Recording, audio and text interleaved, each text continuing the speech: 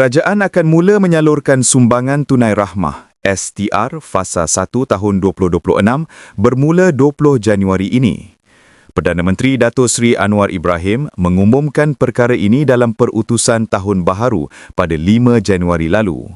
Kementerian Keuangan memaklumkan sebanyak 1.1 bilion ringgit diperuntukkan. Dana ini akan memberi manfaat kepada 3.7 juta isi rumah dan 1.3 juta warga emas yang tiada pasangan.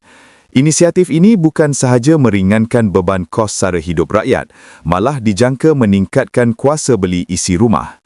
STR diharap merangsang perbelanjaan domestik dan menyokong pertumbuhan ekonomi negara.